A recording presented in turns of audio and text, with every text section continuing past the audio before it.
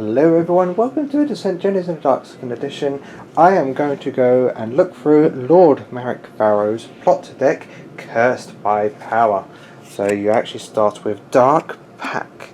Right, so after setup of the first encounter of each quest, the hero players choose a hero and place that hero token on this card. When the chosen hero suffers any amount of damage, they may exhaust this card to reduce the amount of damage suffered by up to 2, and if they do, you gain 1 threat token. At the end of each quest, discard the hero token from the card, and it's 0 to activate, which is good.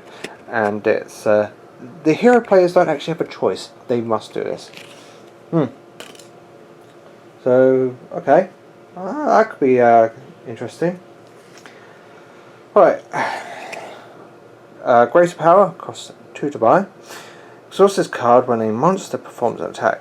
After dice are rolled, to discard the top card of your Overlord deck. This attack gains plus 2 damage. If the discarded card was a magic Overlord card, this attack gains plus 3 instead. It uses 1 to activate. And I do like the way it has this after dice are rolled.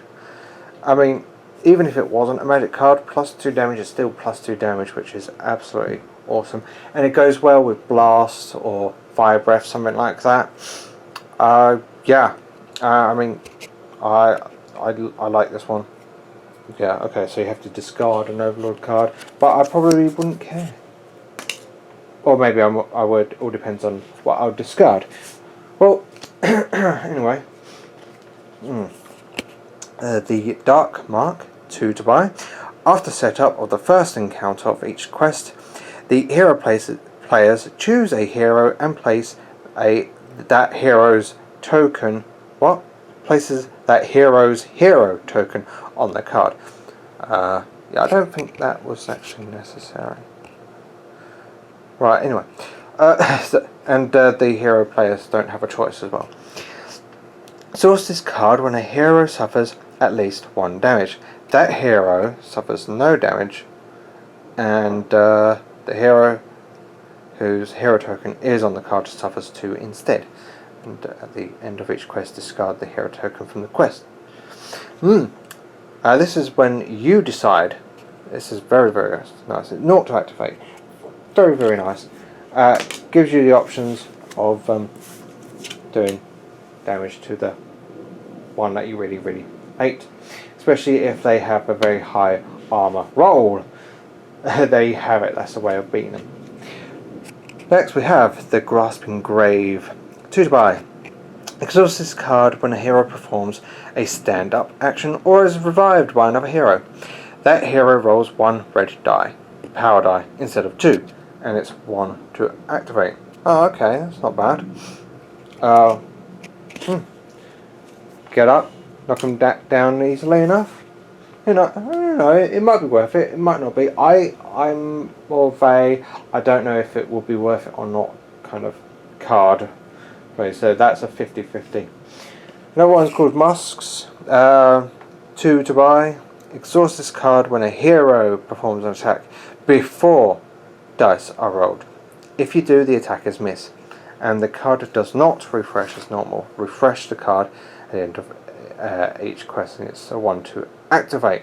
So it's a 1 use only, 1 auto miss, which could be quite handy for, it's like, say, the heroes need to knock out this lieutenant to win the quest. Well, that's going to keep your lieutenant alive at least for just 1 roll.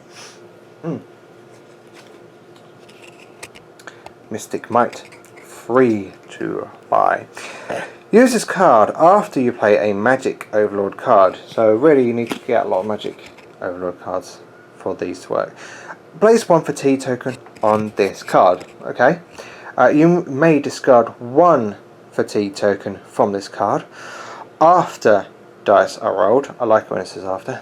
To either gain plus 2 damage for an attack or plus 2 shields for a defense result. At the end of each quest, discard all fatigued tokens. It's 1 to activate. Not too bad. Although, yeah, again, you need to have Magic Overlord cards to use this. Right, and it's free to buy as well, and then it's like 1 to activate. It may be worth it if you're going to pick up a lot of Magic cards. If not, then you could just leave that at home. Could. It's entirely up to you then.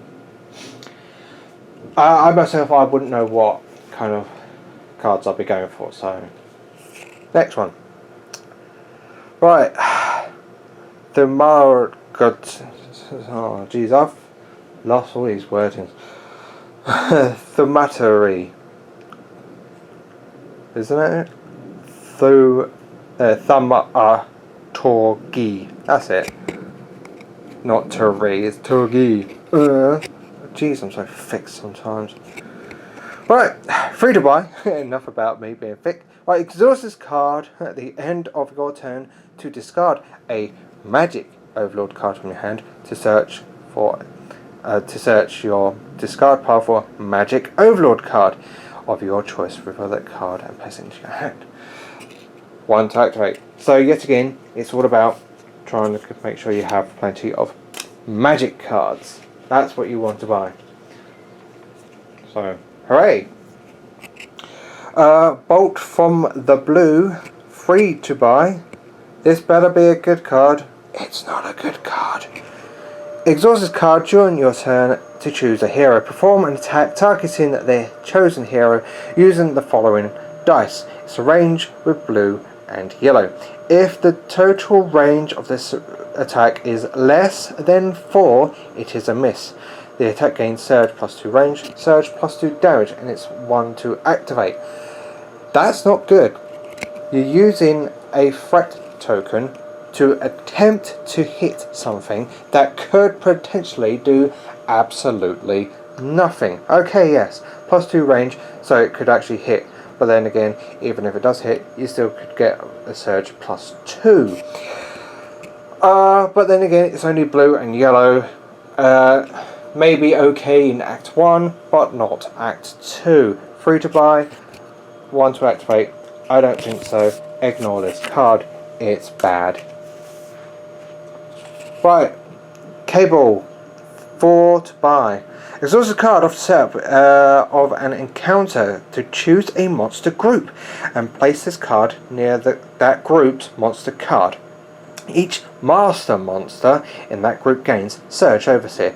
This monster deals 1 damage for each other monster in its group within 3 spaces of the target, up to a maximum of +4. 1 to activate.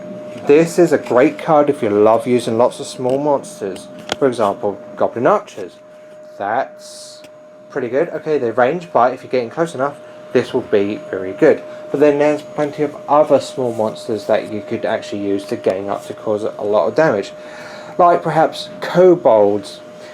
Oh yes, I really do like those kobolds.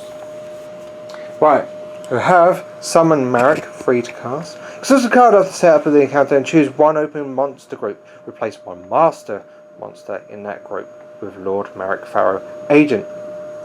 And if Lord Merick Farrow, agent, is defeated, return the card to the plot deck. You cannot use the card in any quest that uses Lord Merick Farrow, Lieutenant. 2 to activate. And the Act 1 is Lord Merick Farrow. Right, Aftershock. Ignite, +1 damage. Some weak stats there, but then they have it. He's a range with blue and red, so he can easily cause quite a bit of damage in the short range zone. Aftershock. When an adjacent hero attacks Lord Merick Farrow, after the attack is resolved, the hero must test willpower. If they fail, the hero will suffer 1 fatigue. Ah, right. That's when adjacent hero attacks. That's it. Okay. So Ignite. Lord Merick Farrow suffers 1 damage to perform an attack that targets all adjacent figures.